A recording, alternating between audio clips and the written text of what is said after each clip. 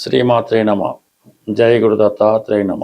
ఈ వీడియోలో మనం మీనరాశి వారికి మార్చి 8వ తారీఖు నుంచి 15వ తారీఖు మధ్యలో జరగబోయే వార ఫలాలు పరిశీలించినప్పుడు కన్యా మీనరాశి వారికి పంచమహాపురుష యోగాల్లో ఒకటైన మాలవ్య మహాపురుష యోగం యాక్టివేట్ అవ్వడం జరిగింది. ఈ వారం అంతా కూడా అంటే శుక్రుడు ఉచ్చరాశి అయినటువంటి మీనరాశిలోకి ప్రవేశించడంతో మరి ఈ రాశి వారికి ఈ యోగ ప్రభావం వల్ల జాతకుడు తన యొక్క స్థాయి ఒకేసారి పెరుగుతుంది. మంచి వాహన యోగం కలుగుతూ ఉంటుంది. ఖరీదైన వాహనాల్లో ప్రయాణించడం కానీ అటువంటి వాహనాన్ని కొనడం కానీ జరిగే అవకాశం ఉంది. అలాగే ఏదన్నా స్థిరాస్తి కొనాలనే మీ ఆలోచన నెరవేరుతుంది. విలాసవంతమైనటువంటి హోటల్లో కానీ భవనాల్లో కానీ స్టే చేయడం జరుగుతూ ఉంటుంది. అలాగే ఎక్కువగా హై సొసైటీ మనుషులు ఒక 5 స్టార్ రెస్టారెంట్ లాంటి హోటల్స్లో మరి విందు చేయడం కానీ అందులో బస చేయడం కానీ అందులో 2-3 రోజులు స్టే చేయడం కానీ జరిగే అవకాశం ఉంది. అలాగే స్త్రీలకి ఇది విపరీతమైనటువంటి గౌరవాన్ని హోదాని పెంచే అవకాశం ఉంది. మీరు సెలబ్రిటీ రంగంలో ఉన్న, సినిమా రంగంలో ఉన్న, రాజకీయ రంగంలో ఉన్న, ఈవెన్ ఉపాధ్యాయ వృత్తిలో ఉన్న, ఆధ్యాత్మిక రంగంలో ఉన్నా సరే ఒకేసారి గుర్తింపు రావడం జరుగుతూ ఉంటుంది. 10 మంది మీకోసం మంచిగా చర్చించుకోవడం జరుగుతూ ఉంటుంది. మీ యొక్క హోదా, స్థాయి, ఆదాయం కూడా పెరిగే అవకాశం ఉన్నది. దాంతో మీ యొక్క గమనాన్ని, మీ యొక్క మంచితనాన్ని అందరూ సద్వినియోగం చేసుకోవడం జరుగుతూ ఉంటుంది. మీరు అందరికీ ఉపయోగపడే ఒక మంచి మార్గంలో నడిపించే ప్రయత్నం చేస్తూ ఉంటారు. అలాగే శని భగవానుడు జన్మశనిలో ఉన్నప్పటికీ కూడా ఈ శుక్రుడు రావడం వలన చాలా కాలంగా దూర ప్రాంతంలో ఉన్నటువంటి మీ యొక్క ఆత్మీయ బంధువు, మీ మదరో, మీ చెల్లెలో, మీ అక్కగారో మీ కుటుంబానికి వచ్చి మీ కుటుంబ స్థితి చూసి అన్ని సౌకర్యాలు కల్పించినట్టు ఇది కూడా కొంతమందికి జరిగే అవకాశం ఉంది. ఒక స్త్రీ మీ కుటుంబాన్ని సందర్శించి మీ కుటుంబానికి కావాల్సినటువంటి వసతులు, సౌకర్యాలు అన్నీ కల్పించడం జరుగుతుంది. అంటే ఒక స్త్రీ లాభం కలుగుతుంది, స్త్రీ వలన లాభం జరుగుతుంది. ఈ రాశిలో ఉన్నటువంటి స్త్రీలకి హోదా గౌరవం పెరుగుతూ ఉంది. అయితే 12వ స్థానంలో 4 గ్రహాల సంచారం. అంటే 12వ స్థానం ఏం చెప్తూ ఉంటుంది? ఖర్చులు, నష్టాలు, హాస్పిటలైజేషన్ చెప్తూ ఉంటుంది.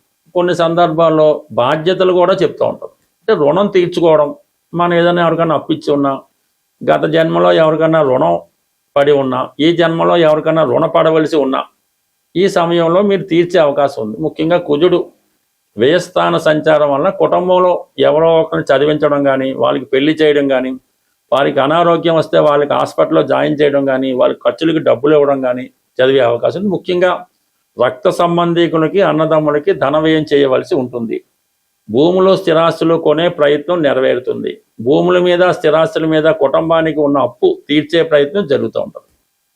ఇక రాహు వ్యయస్థానంలో ఉండడం వల్ల ఏంటంటే ఒకదానికి ధనం తెచ్చి వేరొక దానికి ఖర్చు పెట్టడం జరుగుతూ ఉంటుంది.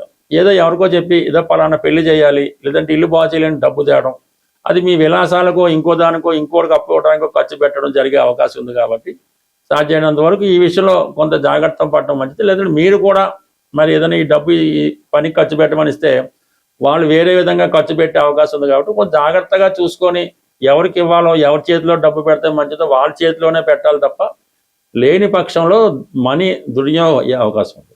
ఇక బుధుడు ఉండడం వలన పిల్లల చదువు కోసం, ఇంట్లో అవసరాల కోసం వీటికి ధన వ్యయం జరుగుతూ ఉంటుంది. ఇక మనకి రవి, కుజగ్రహాలు ఉండడం సాధారణంగా కుటుంబంలో ఎవరో ఒకరికి సడన్గా ఇబ్బంది రావడం వల్ల హాస్పిటలైజ్ అవ్వడం కానీ, మీరు హాస్పిటలైజ్ అవ్వడం కానీ, డాక్టర్లను సంప్రదించడం కానీ, ఇటు కొంత తొందరపడి ఒక నిర్ణయం తీసుకోవడం మంచిది కాదు. అంటే ఏదో విషయంలో ఎమర్జెన్సీ వస్తుంది, తొందరపడి నిర్ణయం తీసుకోకుండా నిదానంగా ఆలోచించడం వలన చాలా వరకు సమస్య దానికదే పరిష్కారం అయ్యే అవకాశం ఉంది. ఎందుకంటే ఈ శుక్రుడు ధన్వంతరి లాంటి వాడు అనమాట. అంటే శుక్రుడు రాశిలో ఉంటే ఎట్టి పరిస్థితుల్లో కూడా జాతకుడికి ఆయుష్ సంపూర్ణంగా ఉంటుంది. ఎంత ప్రమాదంలో ఉన్నా ఆ మనిషి ఖచ్చితంగా ప్రాణంతో ఉండి బతికి పట్టడం జరుగుతూ ఉంటుంది. అందుకనే ఒక ప్రమాదం జరిగినప్పుడు, ఒక సీరియస్గా ఉన్నప్పుడు మరి పేషెంట్ ఉంటాడా పోతాడా అనే ఆలోచన వచ్చినప్పుడు, ప్రశ్న వచ్చినప్పుడు శుక్రుని యొక్క స్థితి గమనించి, శుక్రుడు యొక్క ప్రభావం లగ్నం మీద ఎంతవరకు ఉంది, లేదంటే గురువు మీద ఎంతవరకు ఉంది, ఈ గురువు శుక్రుడు కలిపి ఎంతవరకు జాతకుడిని ఆయుష్ ఇచ్చే అవకాశం పరిశీలించి ఆ నిర్ణయం చెప్పడం జరుగుతూ ఉంటుంది. ఈ వారం రోజుల పాటు కుంభరాశిలో కుజుడు రవి కలిసి సంచరించడం జరుగుతూ ఉంటుంది. అంటే కుంభరాశి సహజ 11వ స్థానం అవటం వల్ల లాభస్థానం అవుతుంది. అంటే కుంభరాశిలోకి వచ్చినటువంటి ఏ గ్రహం అయినా సరే జాతకుడికి లాభాన్ని కలిగించే అవకాశం ఉంటుంది. ఇది ఈ కుజుడు రవి కలిసి ఉన్నది ఒక విజయ యోగం లాంటిది. ఇది ఒక ప్రమోషన్ యోగా అంటారు నాడీ శాస్త్ర ప్రకారం. అంటే ఎవరికైతే ప్రమోషన్ రావాల్సి ఉందో, ఇంటర్వ్యూలో సెలెక్ట్ అయ్యి ఉద్యోగం రావాల్సి ఉందో, లేదంటే కొత్త ఉద్యోగం కొరకు ఎదురు చూస్తున్నారో వారు ఈ వారంలో ఒక చిన్న ప్రయోగం చేయవలసి ఉంటుంది.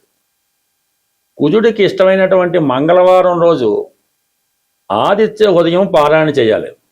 అంటే త్రిసంజలి యందు ఉదయం సాయంకాలం మధ్యాహ్నం చదవలసి ఉంటుంది. అంటే బాగా గుర్తుపెట్టుకోండి, మంగళవారం రోజు ఆదిత్య ఉదయం చదవాలి.